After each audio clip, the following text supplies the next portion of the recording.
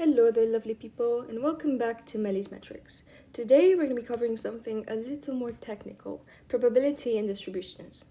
These are super important in statistics, and once you get the hang of them, they help explain so much about how data behaves. We'll be covering the basics of probability and dive into two key types of distributions: binomial and normal. Alright, so let's get started. So first of all, what exactly is probability? Well, probability is a way to measure how likely an event is to happen. It ranges from 0 to 1. A probability of 0 means that the event cannot happen, aka it is impossible.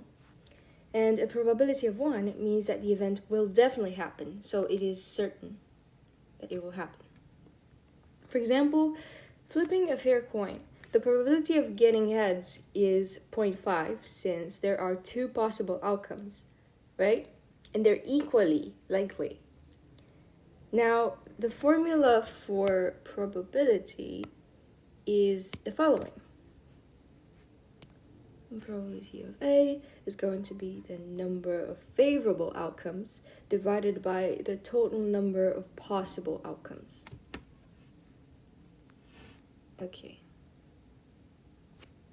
Now, when you flip a coin, the probability of heads, P heads, is going to be 1 over 2 or 0.5. Alright, now let's cover the addition rule.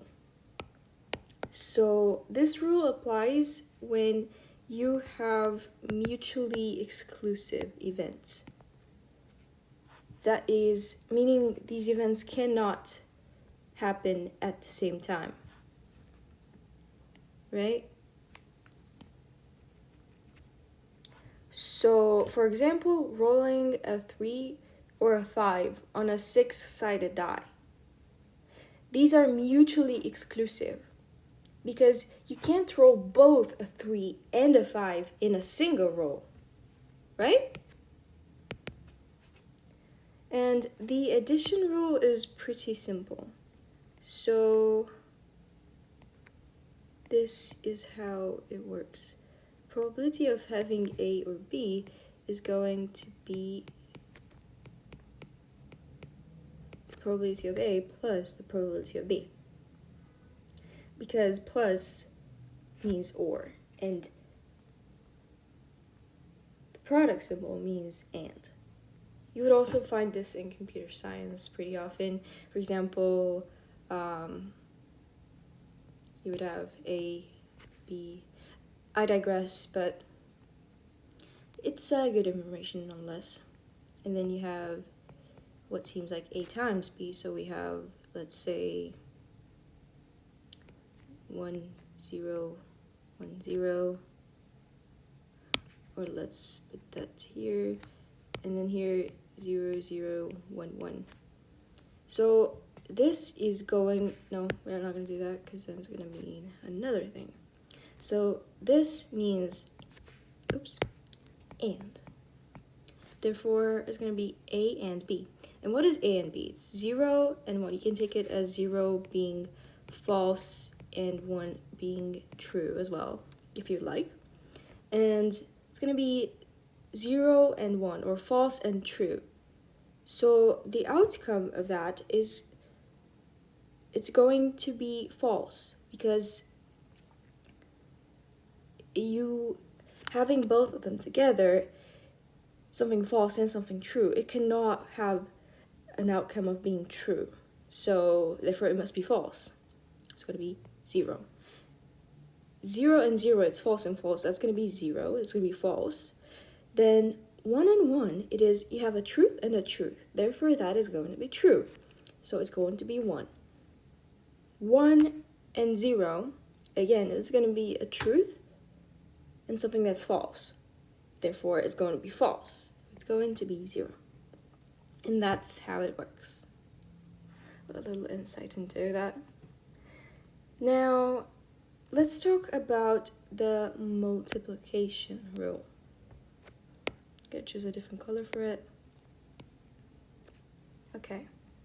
This rule applies to independent events.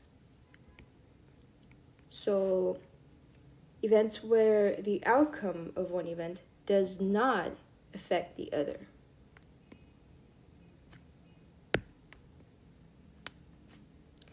Alright. For example, let's say that you flip a coin and roll a die at the same time. The probability of getting heads and rolling a 2 is going to be the following. Probability of getting the heads and rolling a 2 is going to be the probability of getting heads times probability of 2.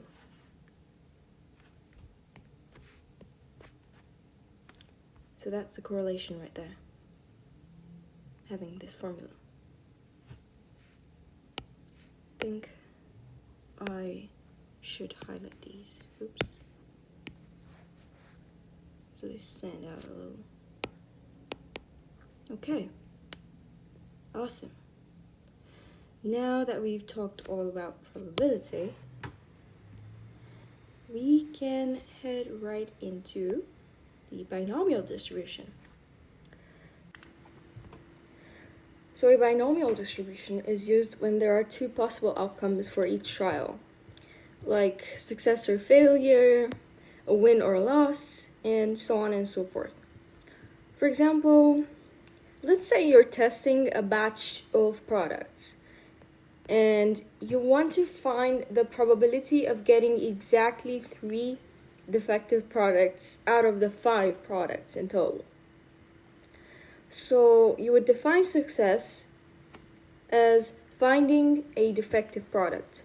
And if 30% of the products are defective, or 20%, it's just for the sake of illustration, then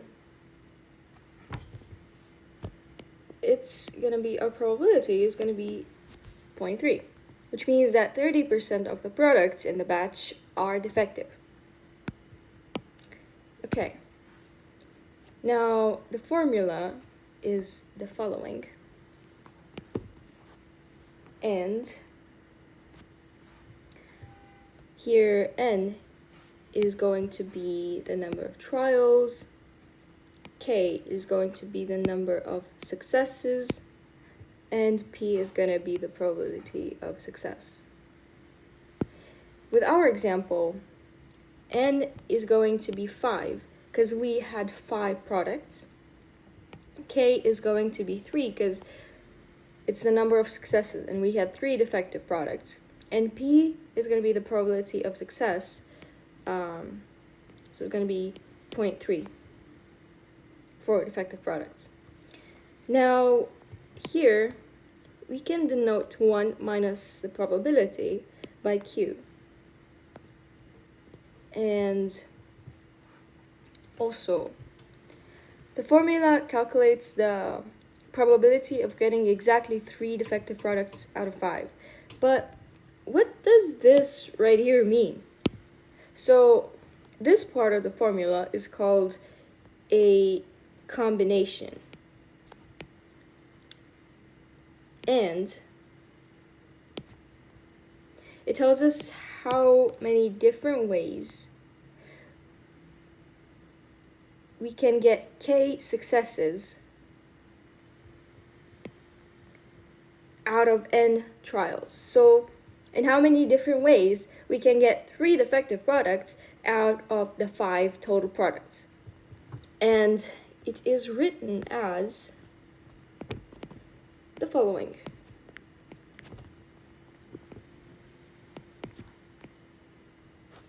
This is factorial. It is going to be the product of every term up to the one that we have.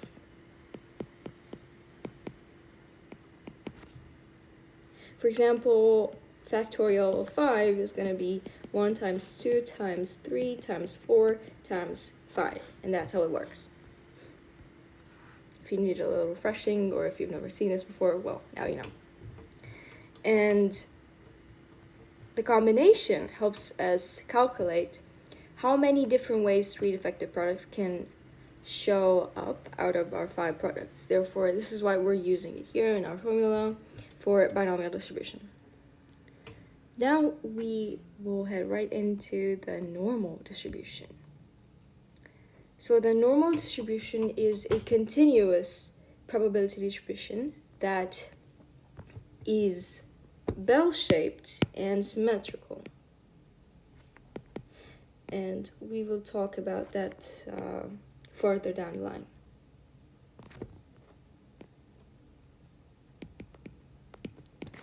All right, so let's say you're studying the heights of a group of people.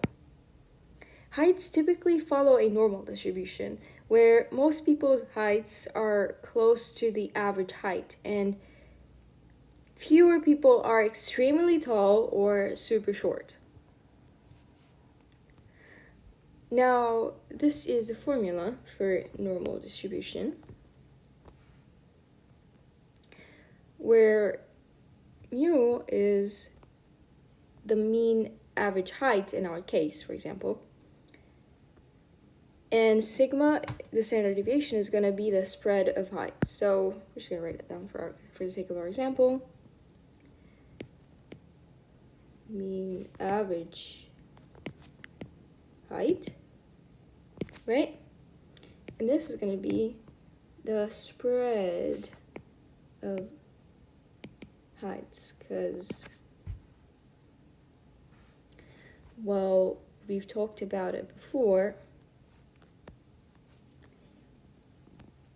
It's dispersion. Okay, perfect. So the standard normal distribution is a special case where the mean is 0 and the standard deviation is 1, and we use z-scores to calculate probabilities within a normal distribution. And we shall get more into that later on. Now it's time for a quick quiz. So which distribution should you use for each of these scenarios? As usual, you can take your time with this, and you will be finding the answers pinned in the comment section down below. So that's all for today. Today we've covered the basics of probability with the addition and multiplication rules, binomial distribution, with a real-life world example like defective products, and a normal distribution with an example such as height.